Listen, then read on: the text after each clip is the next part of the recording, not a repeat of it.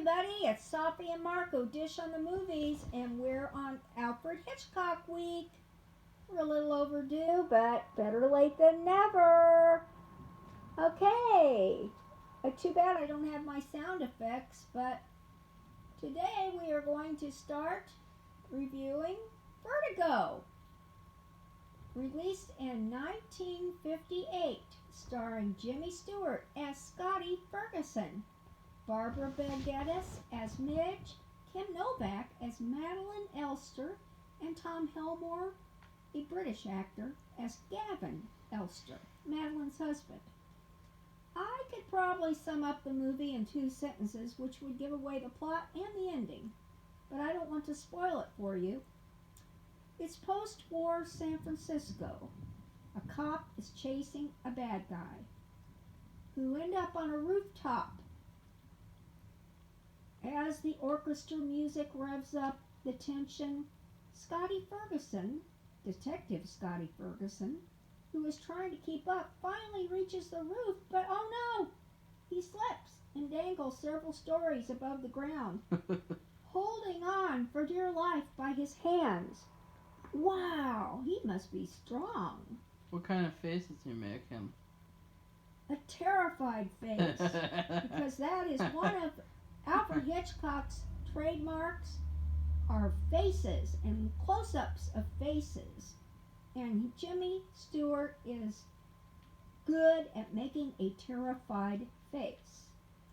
Looking downward to the street below, everything begins to look hazy to Scotty Ferguson, then blurry, and you realize through the camera work, Ferguson has vertigo.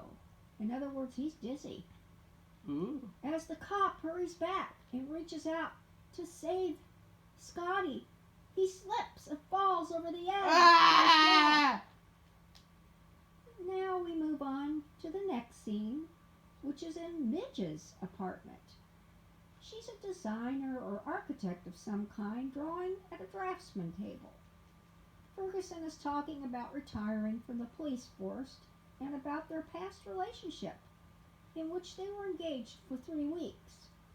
They are now good friends, although she appears to still love him and he can't see that. He relishes the fact that the, quote, corset, a back brace he's been wearing since the rooftop debacle, is coming off tomorrow. Sound familiar?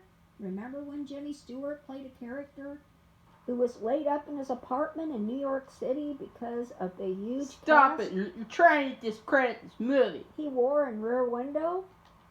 Stop it. Well, in this movie he laments, of course, that his acrophobia, or fear of heights, caused him to get dizzy, making him responsible for the policeman's death. No, it didn't. Then he mentions that an old school friend of his wants to see him and ponders whether to go or not. He decides to practice standing on a stepladder to show Midge that he is slowly going to overcome his fear of heights. Uh-oh. However, it doesn't go well, and he passes out in Midge's arms. So he wore a corset like That's what he's in the called it. Alienist? I guess so. But he's a But man. it's a special back brace But that he's he a calls. man. But it's a special back brace. Maybe it. He's Did a we ever man? see? We didn't see the corset, right? A We just man's talked wearing a about corset? How could that be possible? A corset was an evil device invented by men to oppress women. it. Maybe he's just calling it a corset as just a regular back brace. Ferguson decides to meet his friend Gavin, who wants him to follow his wife Madeline. She keeps disappearing for hours during the day and has no memory of where she goes or what she does. He doesn't believe she's having an affair, but that she is possessed by a dead woman, her great-grandmother, Carlotta Valdez, who, by the way, is a real person. Ferguson thinks they're both nuts and need to see a psychiatrist. Gavin tells Ferguson that that night, they're going to go to Ernie's, a restaurant, and if he goes there, he can see what Madeline looks like. Well, after Ferguson sees her, he's intrigued, or I don't know. why he decides to. He thinks she's beautiful. He's intrigued. He's a he's a detective. And he makes a face. And so I don't know. You just have to figure that out for yourself. So he agrees to follow Madeline, who's the icy Kim Novak with her platinum blonde hair, She's icy? piercing blue eyes. Well, the next day, or sometime thereafter, he follows her. She visits 4 places: a flower shop to buy a handheld bouquet, then onto a place called the Mission Dolores Cemetery, which is another real place, where she visits the grave of Carlotta Valdez, who was born in 1831 and died in 1857. Then it's off to the Palace of the Legion of Honor, which is another real place, to visit and sit in front of a painting of, guess who? Carlotta Valdez, who's wearing a low-cut gown, and around her bare neck is a distinctive necklace, which plays an important role No. later on in the story. No. Yes. She is also holding that identical bouquet of flowers that Madeline just bought at that flower shop. Finally, Madeline ends up at the McKittrick Hotel and looks out of a window onto the street. This also was a real place which burned down in the 90s. When he goes in, the owner, who is played in a cameo by Ellen Corby from the Waltons, and she claims that she hasn't seen Madeline all day, and that she calls herself Carlotta Valdez. Scotty is incredulous because he just saw her through the window from the street. They both go up to the room and Madeline is not there. Then he peers outside and sees that Madeline/Carlotta's car is gone. Then the owner tells Ferguson that the woman has been coming here for 2 weeks, and comes in about 2 to 3 times a week and just sits in the room, which is another clue. So what in the hell is going on? Ferguson reports back to Madeline's husband Gavin and confirms that whatever is happening is strange.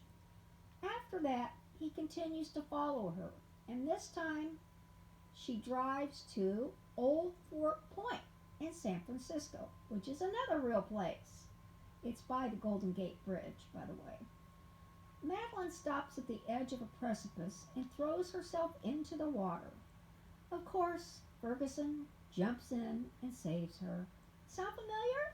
Remember It's a Wonderful Life, when Jimmy Stewart jumped into the river to save the angel from drowning, but it was really to save himself? And it's on to Marco. I don't know. I expected something better.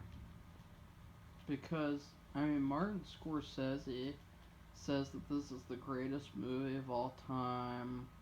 A lot of people are starting to say that it's Alfred Hitchcock's best movie of all time. And I really don't think so at all. This movie, Did they say why they thought it was this best movie? the directing, the colors stuff, and the very weird reasons why it would be the best movie. But anyway, very weird. And I expected something better. Especially because it's Hitchcock, and funnily enough, when this movie came out, apparently it did not get good reviews. And Alfred blamed it on the fact that Jimmy Stewart was too old.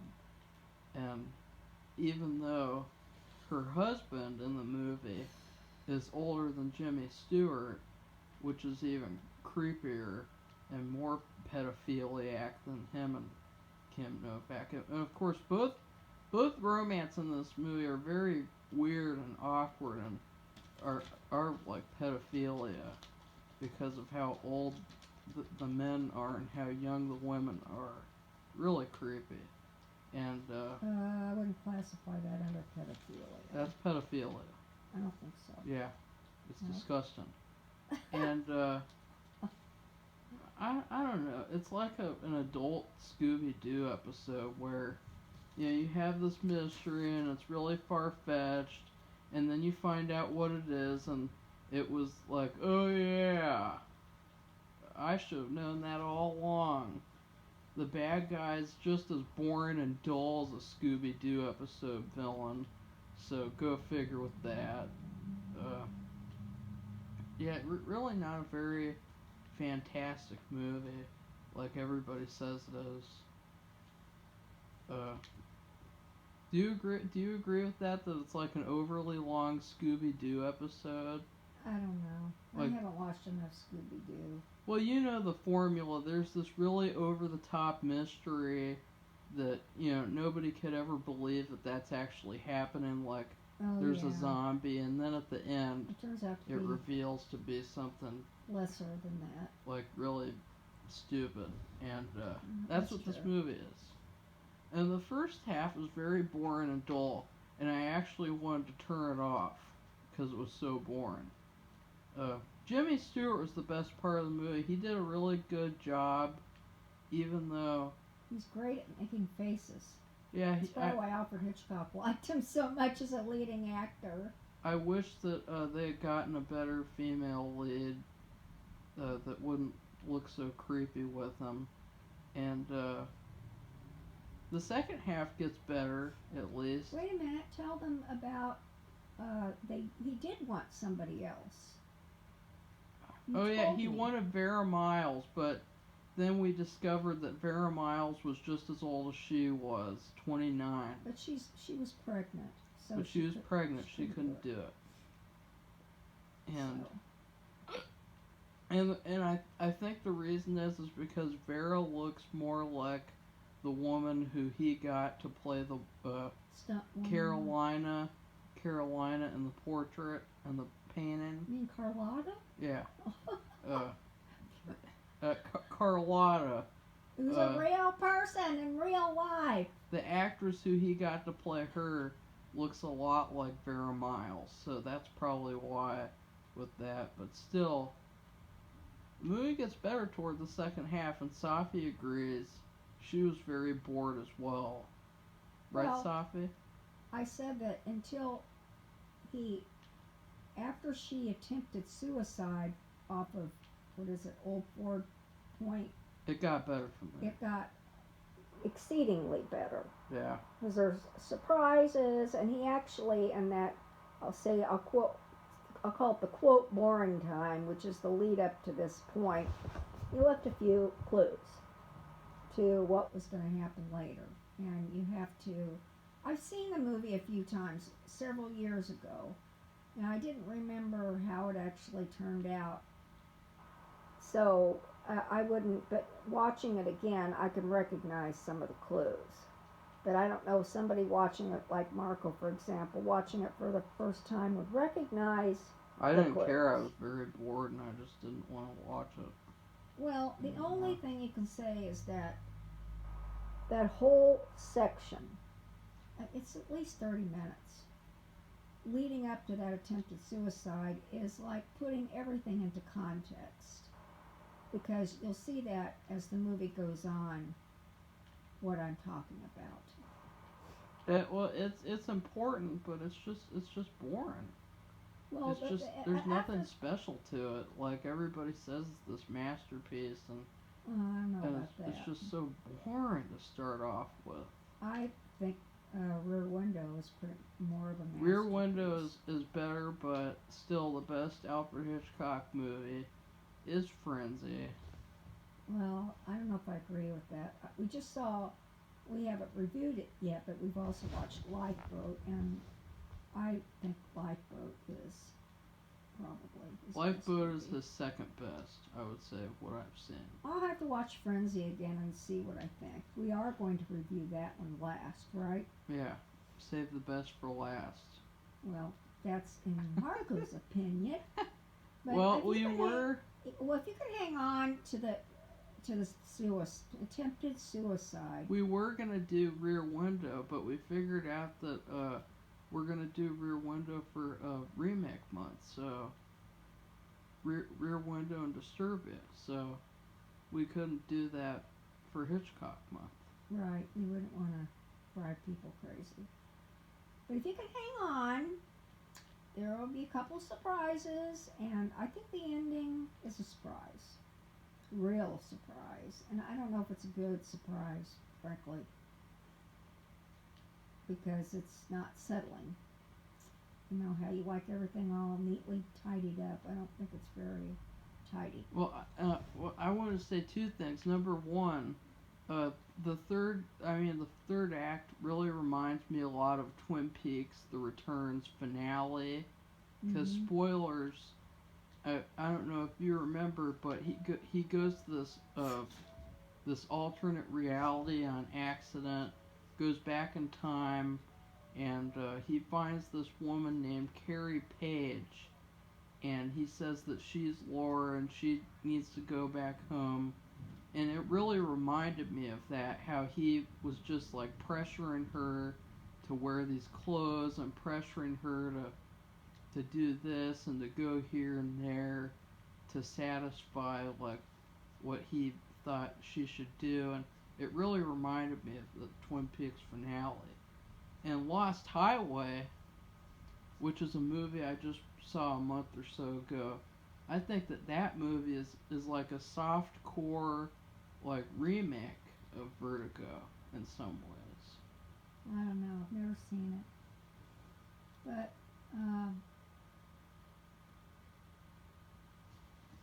I don't know if you want to give it your review. I just wanted to say that I've been watching the British Baking Show, which I was trying to convince Marco that we could review, and it's in its 5th season. And before it aired this year, PBS printed a special bingo card and the list of things that you've seen or heard on the show the past 4 seasons. And I think I want to make an Alfred Hitchcock movie bingo card and see if I can spell bingo by the end of watching 5 of his movies. Here are some movie attributes for the bingo card. Face turns red, pinwheel eyes, mysterious music, close-up of person's face, extra close-up of eyes, darkened scenes, blonde leading actress, frightened expression with a close-up of the eyes and mouth, close-up of someone crying, orchestra music that is written by the same musician. Okay, so do you have anything else to say about it?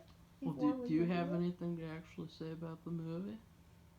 Nothing else to discuss? except that he left some clues in that slow part, a couple of clues, which, and in the end, there are a couple surprises, which makes up for the boring time. And then you can link up the clues that he left with the surprises. And I don't know what you'll think about the ending. Like I said, I think it's a surprise ending, but it's kind of like an unsettling one. I don't know if it's a good surprise. Well, it's kind of stupid in some ways too, because of, well, we'll talk about it in the spoiler section. I don't know if we should do a spoiler. I think it's we a very should. simple movie. I mean, it's very simple. People have seen this movie. It's from the 50s slash. It's from 1958. It's from 1958. People have seen this movie. They can handle a spoiler section. I suppose.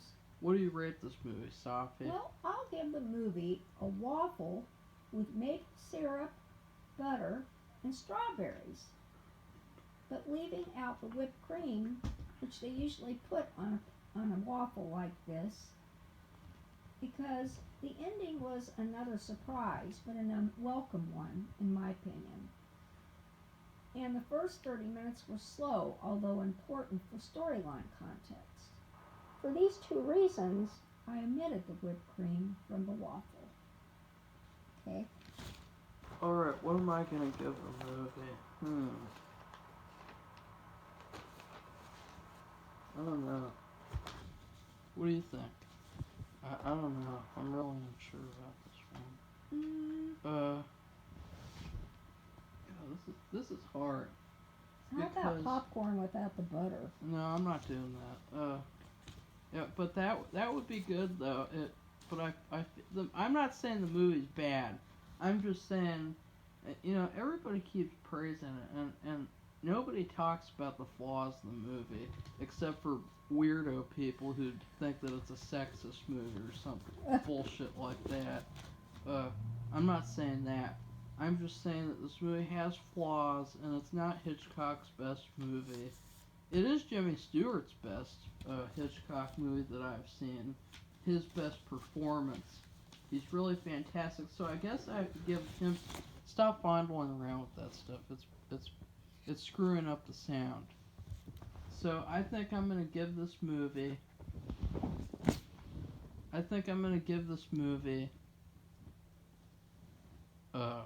Some taffy, some saltwater taffy, like a handful, and a lollipop.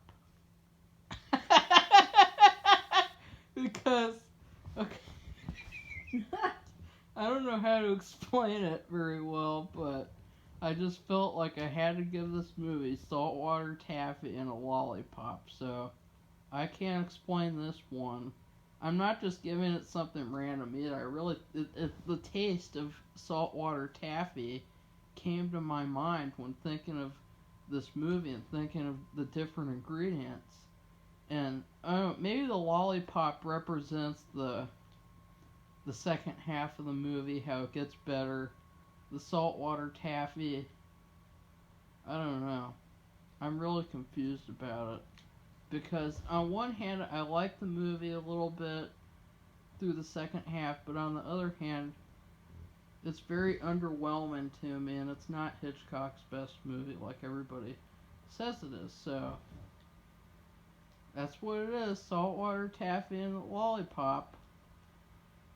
Okay, well, I think we're finished, and the next movie we'll be reviewing will be Lifeboat. And now we have to do spoilers alerts. Okay, well, what spoiler do you want to give away? I just don't know what to say. I think it's such a simple movie that... Well, the ending... Oh yeah, there's something stupid about the ending. The nun, she just walks in there and just stands there. And it's like... And the woman just falls out. The nun doesn't even go to help her or anything. She just stands there staring at everybody, and then she rings the bell. Like, that was really stupid. I'm sorry to say that. I've seen a lot better of that type of a dramatic situation done, and it just was really poor because of that nun. Do you agree? Yeah, well, like I said, the ending, and I meant everything that's part of it is unbelievable. What did you think about the nun and how she just went in there and stood there? It was like... Well, I just don't look at that as being the... It's just the whole thing is very unsettling, and it's unbelievable. It's kind of like just... And, I'm kind of surprised that people would be happy about the ending. I would think they would have been unhappy about it, because I thought it was... Well, you don't have to be happy with an ending to like a movie. But that's not true, because, like, for It's a Wonderful Life, they showed focus groups another ending to what ended up being what they showed in the movies.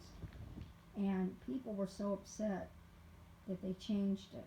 Or they made two endings and used the other one that was more positive. Apparently the one that they wanted to use, which I have no idea, was negative and they didn't like it. And so I don't know if on Vertigo if they did, because that's a different director. Okay, No, this is Alfred Hitchcock. So. I don't think he cares. Yeah, I don't think he cares. He's horror, and it's a horror movie. It's not like slashing and blood everywhere. It's like psychological horror, like something you think about and it gives you a stomach ache, and you wake up in a cold sweat, and then they show that terrified face, which they did in That this was movie. funny. They showed Jimmy Stewart's. He wakes up. He has a. I think he's thinking about his time on the rooftop, or it might be after something else bad happened. I'm not gonna say, but they show his face because he's really good at making. I call them "fied" faces, which terrified, horrified, any kind of "fied" kind of face. And then what happens is his head leaves his body, and Yeah, wasn't that hilarious? and it flashes his head all was around. just floating in these colors. Like I don't know. It was so I weird. guess the only spoiler I'll say, but I'm not going to completely say it, is that Jimmy Stewart gets used. By the husband, who's extremely creepy, and we were talking about age, and he's supposed to have gone to high school with Jimmy Stewart. So they're supposed to be the same age? But he's 4 years older than Jimmy Stewart in real life. Yet Alfred Hitchcock didn't say anything about that. Yeah, well, you know what? He's British, and so is Alfred Hitchcock, and I wonder if that's why. Oh, Sophie. No, I don't know. Oh. I don't know. I just don't see that. He really... I think Alfred Hitchcock really liked Jimmy Stewart because I don't know all the reasons. I've never read anything about it, but he does make great faces. And it's kind of like, Alfred Hitchcock and even Jimmy Stewart, I think, would be from the era where they had silent movies. At least they know something about it. I think Alfred Hitchcock even more. And when you have a silent movie, everything is dependent on your actions and your face and the expressions you make, and like your hands and your arms. Yeah, you can't just be a horrible actor like Kristen Stewart or most of the actors nowadays. And he was very good at his faces. Yeah, you have to be a good actor to act in these movies back then. And he's also very likable. Everybody likes him. You think he's likable in this movie towards the end? Well, where towards he's the end, like... we're still trying to figure this out.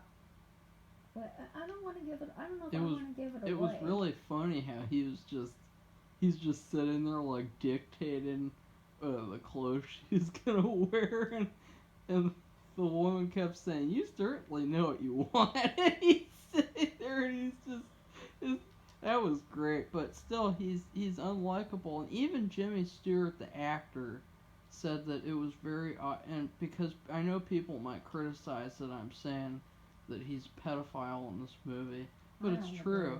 And Jimmy Stewart himself said that the age difference was extremely awkward because he's in his almost in his 50s and she's in her 20s. I mean, that's disgusting. It's gross. Well, whatever. I mean, he just seems like such a gentleman and such a good person. Well, as I said, this is his best Hitchcock movie that I've seen.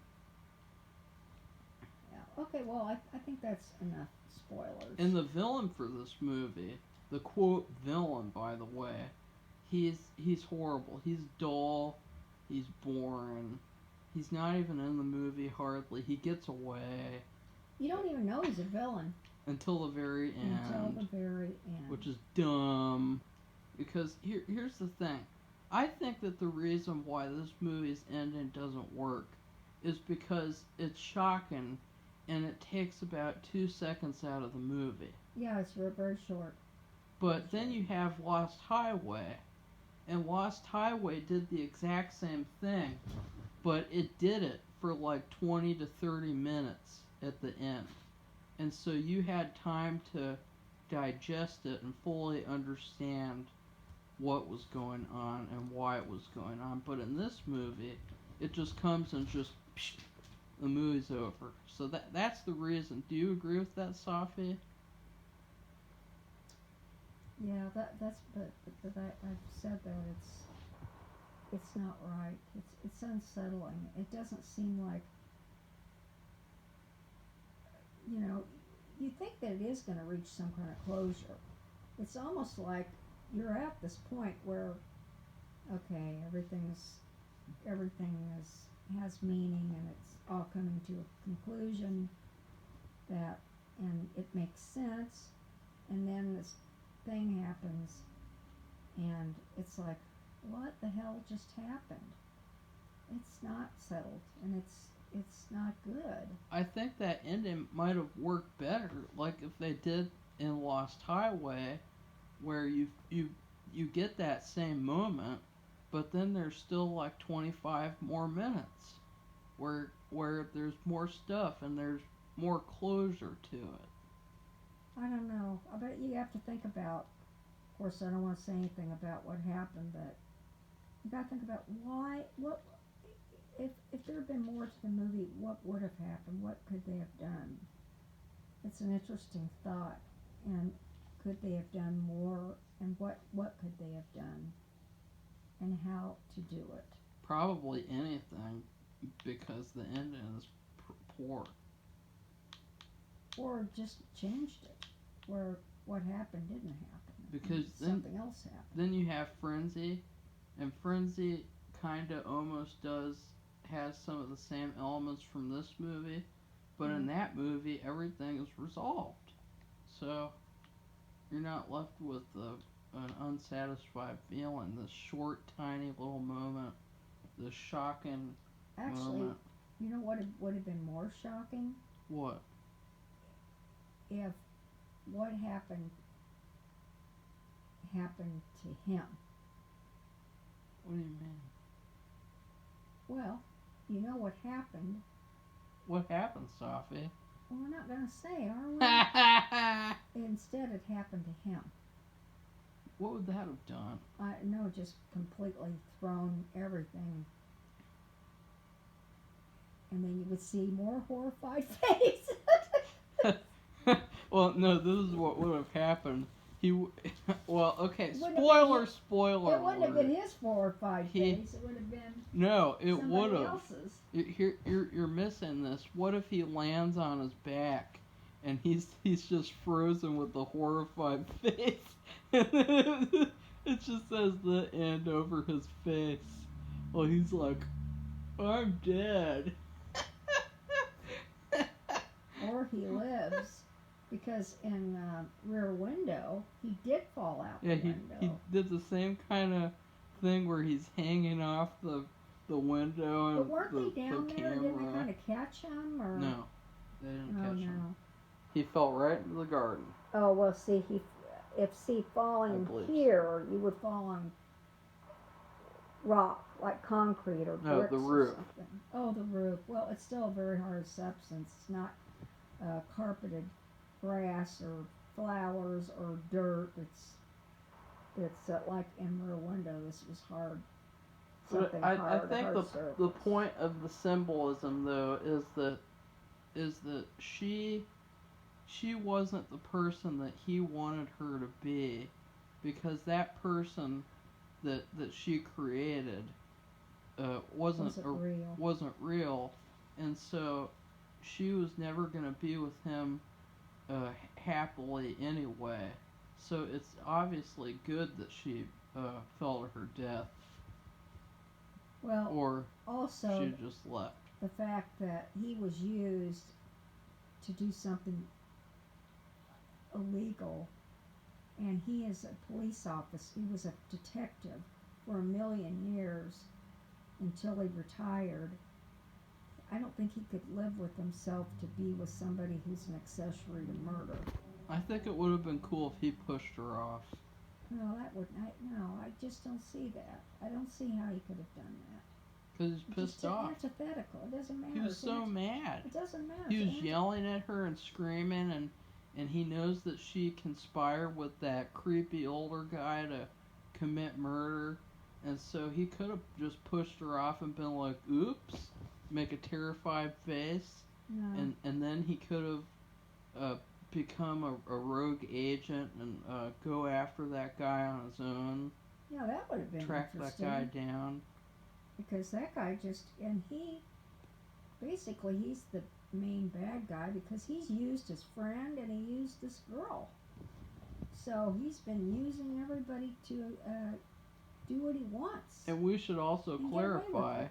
that Europe did a different ending for this movie, Oh where yeah. there was like a radio bulletin about him getting chased by police and he's getting caught because in Europe that they were mad that the villain got away so easily. Oh, that's interesting. Well, it is pretty pissy. So I think we should wrap it up now, though. Yeah. So think about what characterizes an Alfred Hitchcock movie and add your own character trait to a bingo card. Chew some taffy and lick a lollipop while you think about this movie. And if you agree with me, you can write on the comments and try to convince me why I chose lollipops and taffy. Because I have a mystery of my own. And so you guys can figure out the clues and figure it out. Actually, I think he's goofy. I don't know what the heck he's talking about. What do you mean? Okay. Saltwater taffy? Let's wrap it up. They're by the ocean. She falls in the ocean. There's the salt water. Well, I'm not going to go into it. I just gave away a clue. Because Safi is being unreasonable here. Okay, well, we'll be back to review Lifeboat. Much better than this movie. Which is actually a World War II movie. Okay, well, bye everybody. Bye.